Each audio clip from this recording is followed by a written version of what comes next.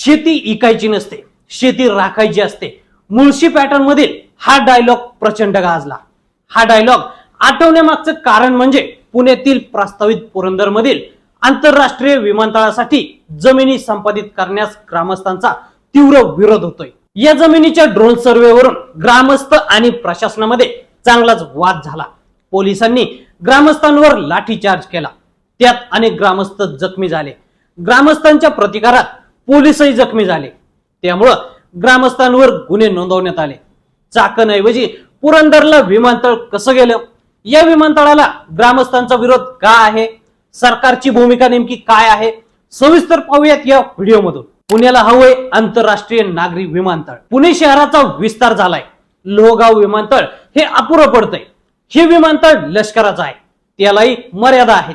त्यामुळं पुण्याचा विकास होत असताना स्वतंत्र आंतरराष्ट्रीय नागरी विमानतळाची आवश्यकता आहे. गेल्या 20 वर्षांपासून पुण्याला स्वतंत्र विमानतळ होण्यासाठी सरकारचे प्रयत्न सुरू आहेत, पण विमानतळासाठी भूसंपादन होऊ शकलं नाही. चाकणच्या विमानतळाला विरोध आणि प्रस्ताव रद्द. दिल्ली मुंबई इंडस्ट्रीयल कॉरिडॉरचा एक भाग म्हणून चाकण येथे आंतरराष्ट्रीय विमानतळ करण्याची घोषणा ही आघाडीच्या सरकारमध्ये 2005 मध्ये झाली होती.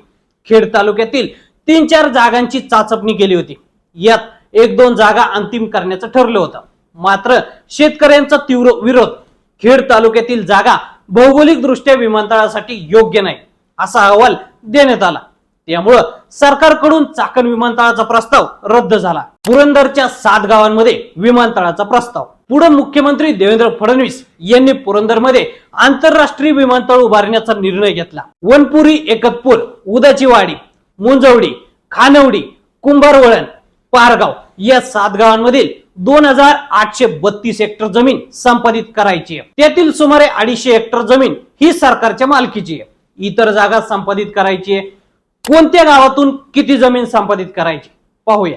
या विमानतळासाठी पारगाव मधील 972 हेक्टर, वनपुरीतील 330 हेक्टर, खानवडीतील 451 हेक्टर, कुंभारवळण येथील 341 हेक्टर, उदाचीवाडी येथील 240 हेक्टर, मुंजवडी मधील 122 हेक्टर, एकतपूर मधील 214 हेक्टर जमीन संपादित करायची आहे. संपादित करण्यात येणाऱ्या 2832 हेक्टर पैकी 471 हेक्टर जमीन जिरायती आहे, तर 2235 हेक्टर जमीन ही बागायती आहे. ग्रामस्थांचा जमिनी देण्यास विरोध का आहे पाहूया. या भागात उपसा जलसिंचनमुळे पाणी आलेलं आहे. सीताफळ, अंजीर, आंबा, चिक्कू अशा फळबागा उभ्या राहिल्या आहेत. आम्ही कष्टानं फळबागा उभ्या केल्या आहेत. या जमिनी आमच्या मुलाबाळांचं भवितव्य आहे. आता जमिनी दिल्या तर दुसरीकडे जमीन मिळणार नाही. त्यामुळं आम्ही या जमिनी सरकारला का द्याव्यात अशी भूमिका ग्रामस्थ मांडत आहेत. जिल्ह्यात काही भागात पडीत जमीन आहे, त्या ठिकाणी सरकारनं विमानतळ करावं.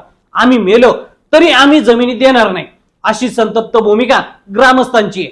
पूर्वी जमीन ही महाराष्ट्र एअरपोर्ट डेव्हलपमेंट अथॉरिटीच्या नावाने जमिनी संपादित करण्यात येत होत्या. आता मात्र MIDC ही जमीन अधिग्रहित करणार आहे. 7-12 उतार्यावर MIDC चे शिक्के मारलेले आहेत. त्यामुळे जमिनीचे व्यवहार आता होत नाही. MIDC या जमिनी घेऊन विमानतळाऐवजी उद्योजकांना देईल अशी शंका ग्रामस्थ उपस्थित करत आहे. शेतकऱ्यांना किती मोबदला मिळणार पाहूयात. या जमिनीचा मोबदला शेतकऱ्यांना एकरकमी मिळणार आहे. भूसंपादन कायद्यानुसार रेडी रेकनरच्या दरानं जमिनीचा 4 पट मोबदला मिळणार आहे. त्यामुळं शेतकऱ्यांना प्रति एकरी 60 लाखांपर्यंत मोबदला मिळू शकतोय. पण या भागात 1 कोटी रुपयांपर्यंत बाजारभाव गेलाय. हा एक मुद्दा आहेच. पण मोबदल्यापेक्षा आम्हाला सरकारला जमीन द्यायची नाही असं शेतकऱ्यांचा ठाम निर्धार आहे. पुरंदर विमानतळाबद्दल सरकारची भूमिका काय आहे पाहूया. विकासाच्या बाबतीत मुंबई आणि दिल्लीनंतर पुण्याचा नंबर लागतो. त्यासाठी हे विमानतळ करण्याचा मानस आहे. ही भूमिका सरकार बदलणार नाही. सरकार विमानतळ करणारच आहे. तुम्हाला जमीन द्यायची नाही, पण सरकारला ती हवी. त्यामुळं मी शेतकऱ्यांना विनंती करतो की तुमच्या मागण्या काय आहेत तुम्ही 7 दिवसांच्या आत सांगा. शेतकऱ्यांनी आम्हाला ऑफर द्यावी असंही महसूल मंत्री चंद्रशेखर बावनकुळे यांनी म्हटलंय. पुणे शहराला स्वतंत्र विमानतळाची तर गरज आहेच, पण गेल्या 20 वर्षांपासून भूसंपादनाचा प्रश्न सुटू शकलेला नाहीये. आतापर्यंत आघाडी, युती, महाविकास आघाडी, महायुती अशा 4 सरकारच्या काळात पुण्याचा हा प्रश्न सुटू शकलेला नाहीये. पुरंदरच्या विमानतळाला शेतकऱ्यांचा तीव्र विरोध दिसतोय. सरकारला जागा घ्यायची असेल तर ते कायदेशीर मार्ग अवलंबतील. हा मार्ग निवडल्यास महाविकास आघाडीला महायुती सरकारला कोंडीत पकडण्याची एक संधी मिळू शकते. तर मंडळी, पुरंदर विमानतळ आणि शेतकऱ्यांच्या विरोधाबद्दल तुम्हाला काय वाटतं आम्हाला कमेंट करून नक्की सांगा. आणि असेच नवनवीन माहितीपूर्ण व्हिडिओ पाहण्यासाठी लेट्स अप मराठी फॉलो करा. सोशल मीडियाच्या भाऊ गर्दीत विश्वासार्हतेने चकाकणारे नाव म्हणजे लेट्स अप मराठी. सगळ्यांना, सगळ्या नागरिकांना ती स्पीच, ती right लेट्स अप वरील मुलाखती म्हणजे विचारांचा खजिना. त्यानंतरच्या निवडणुकीमध्ये मला सोडून गेले. बातम्या केवळ वस्तुस्थिती सांगणाऱ्या, न प्रोपगंडा, फक्त जनतेचा अजेंडा. क्योंकि आने वाला कल जाने वाला है, जाने वाला कल आने वाला है. राजकारण, मनोरंजन असो की क्रीडा क्षेत्र, महाराष्ट्राची स्पंदने संवेदनशीलतेने टिपणारे माध्यम म्हणजे लेट्स अप मराठी. जगासोबत एक पाऊल पुढे राहण्यासाठी लेट्स अपचे ॲप, सोशल मीडिया आणि वेबसाईट सोबत कनेक्टेड रहा.